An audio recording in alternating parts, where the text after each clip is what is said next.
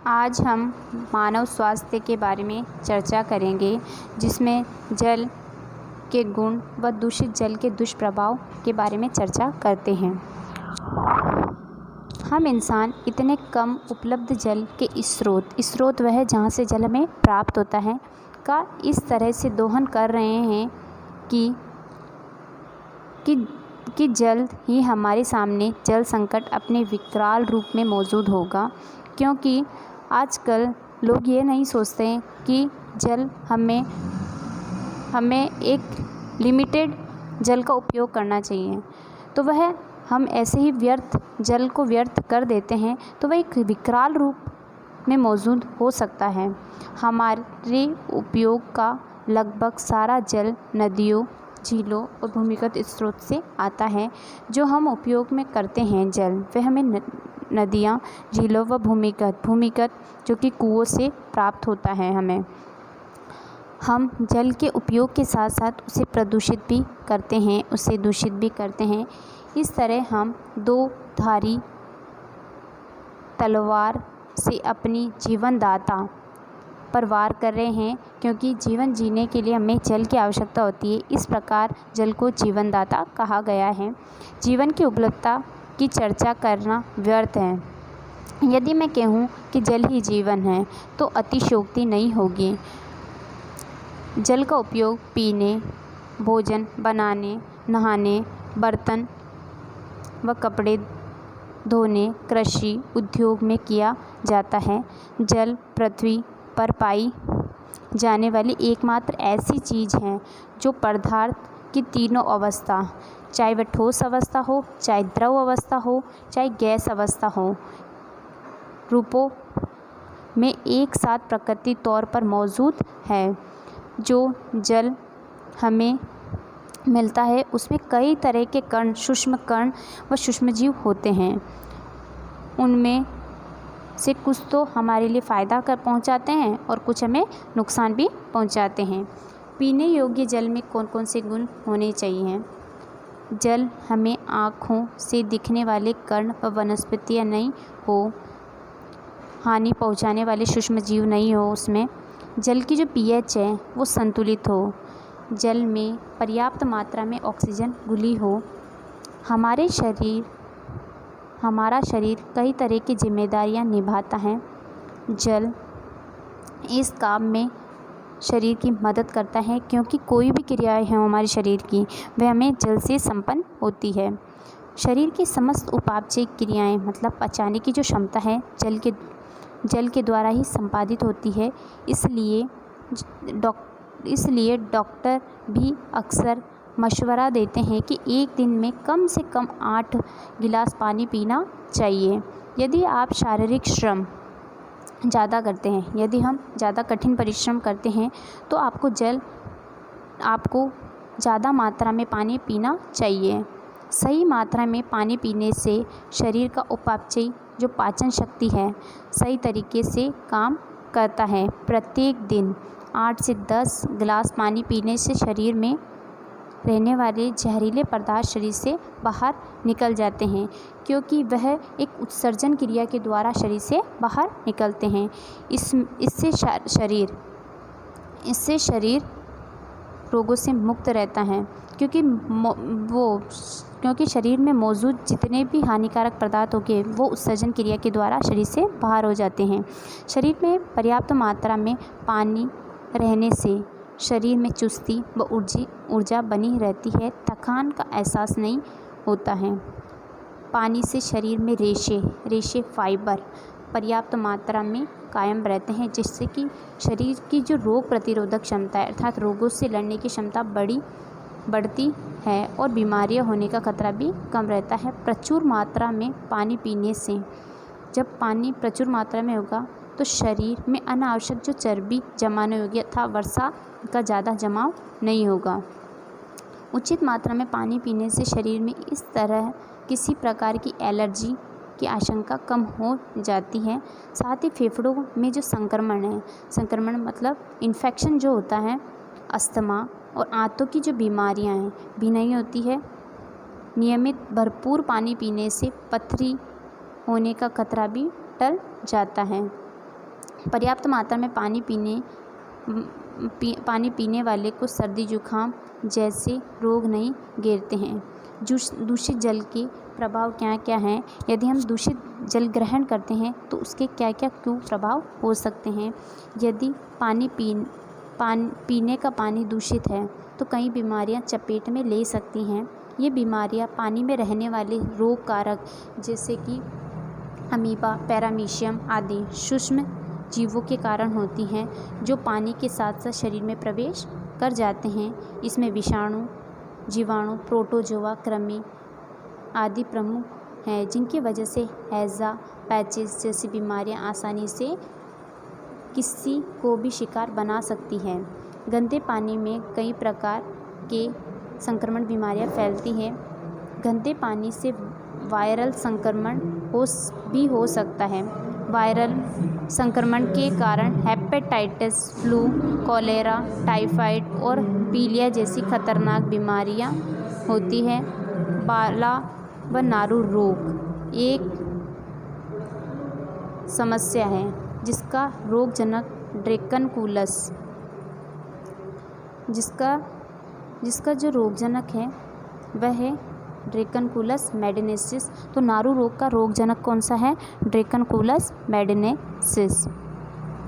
इसकी मादा अपने अंडे सदियों परपोषी वह है जो कि मनुष्य के शरीर में रहकर स्वयं तो भोजन नहीं बनाता है, वह किस भोजन के लिए किसी और पर निर्भर रहता है, के शरीर से बाहर जल में देती है। ऐसे संतुलित जल के उपयोग से यह रोग दूसरे रोगों में भी फैल जाता है।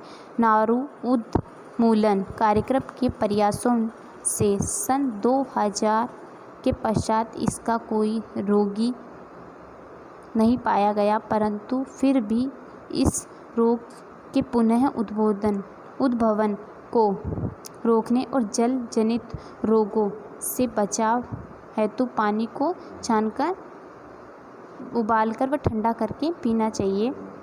नदी, तालाब इत्यादि में नहाना एवं कपड़े धोना मना हो एवं समय समय पर इसकी सफाई होनी चाहिए, क्योंकि स्वच्छ जल है तो स्वस्थ कल है। यदि स्वच्छ जल है तो कोई भी इंसान, कोई भी जीव जीवित रह सकता है, और जीवित रहेगा तो वह, और स्वस्थ रहेगा तो वह स्वस्थ कल भी हो सकता है उसका।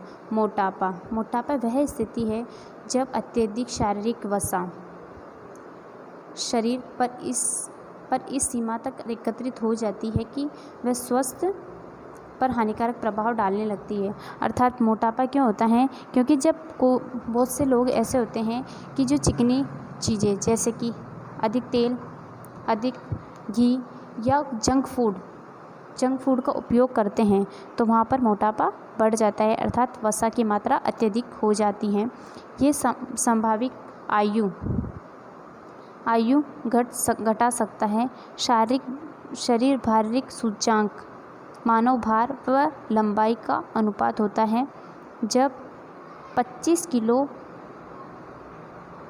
प्रति मीटर के बीच हो तो तब मोटापा पूर्व स्थिति, और जब 30 किलोमीटर स्क्वायर से अधिक हो तो मोटापा होता है।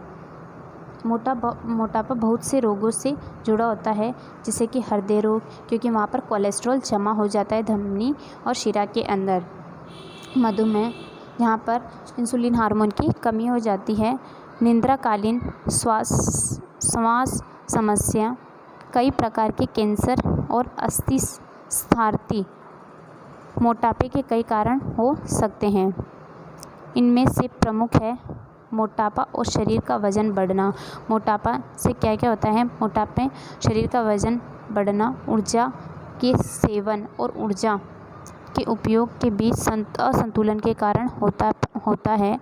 अधिक चर्बी युक्त भोजन करना, जैसे कि अधिक तेल या अधिक घी वगैरह, जंक फूड, कृत्रिम भोजन करना, कम व्यायाम और स्थिर जीवन यापन, शारीरिक क्रियाओं के सही ढंग से नहीं होना, शारीरिक क्रियाएं जो कि श्वसन, पाचन आदि नहीं होने पर भी शरीर पर चर्बी जमा होने लगती है। अवठु अल्पक्रियता आदि। रक्तचाप, रक्त वाहिनियों से बहने वाला। रक्त वाहिनी कौन कौन सी? धमनी और शिरा। रक्त वाहिनियों में बहते रक्त द्वारा वाहिनियों की दीवारों पर डाले गए दाब को क्या कहते हैं? रक्तचाप। की जो वाहिनियां हैं धमनी और शिरा, इसमें डाले गए दबाव को रक्तचाप कहते हैं।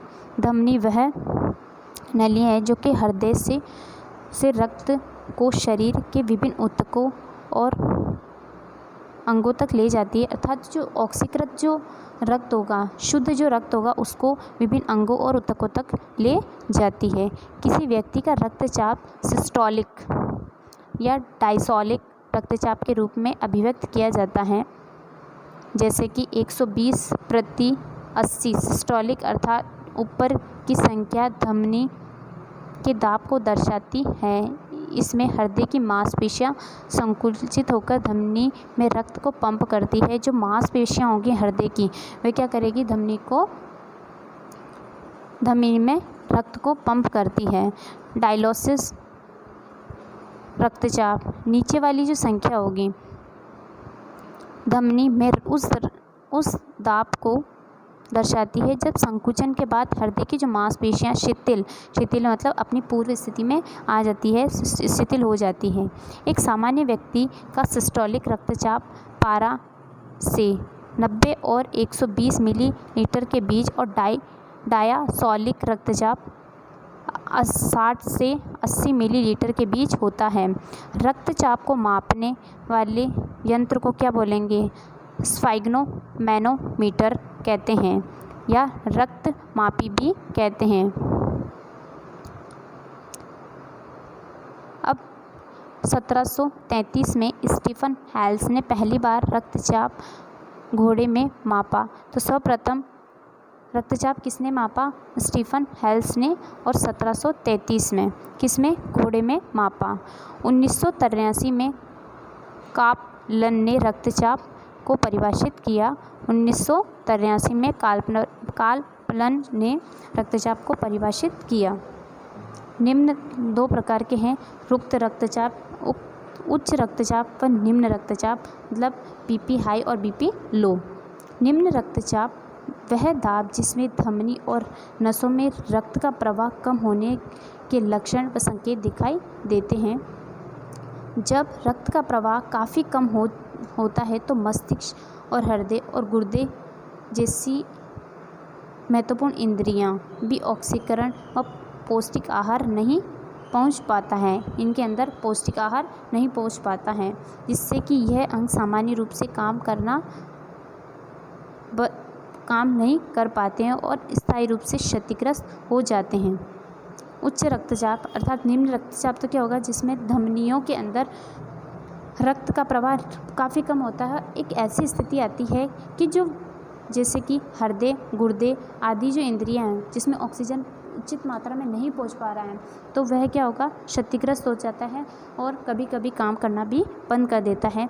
उच्च रक्तचाप में धमनियों में अधिक दाब के कारण होता है। यह चिंता, क्रोध, जब हम टेंशन में होते हैं या हम गुस्से में होते हैं तो ईर्ष्या, भ्रम, कई बार आवश्यकता से अधिक भोजन खाने से, मैदे से बने खाद्य पदार्थ, चीनी, मसाले, तेल, घी, अचार, मिठाइयाँ, मांस, चाय, सिगरेट, शराब के सेवन से, श्रमहीन जीवन व व्यायाम के अभाव से भी हो सकता है। उच्च रक्तचाप का समय पर निदान महत्वपूर्ण है। तो उक्त रक्तचाप वह होता है जिसके अंदर धमनियों पर अधिक दबाव पड़ता है। ऐसे मरीजों को पोटेशियम युक्त भोजन करना चाहिए, जैसे ताज़े फल, डिब्बे में बंद सामग्री का उपयोग बंद कर दें। भोजन में कैल्शियम अर्थात दूध, मैग्नीशियम की मात्रा संतुलित करनी चाहिए। रेशे युक्त पदार्थ खूब खाएं। संतृप्त वसा जैसे कि मांस, वनस्पति घी की मात्रा कम करनी चाहिए। इसके साथ ही नियमित व्यायाम करना चाहिए। खूब तेज लगातार 30 मिनट पैदल चलना सर्वोत्तम व्यायाम है। योग, ध्यान, प्राणायाम रोज करना चाहिए। धूम्रपान एवं मदिरापान आदि नहीं करना चाहिए।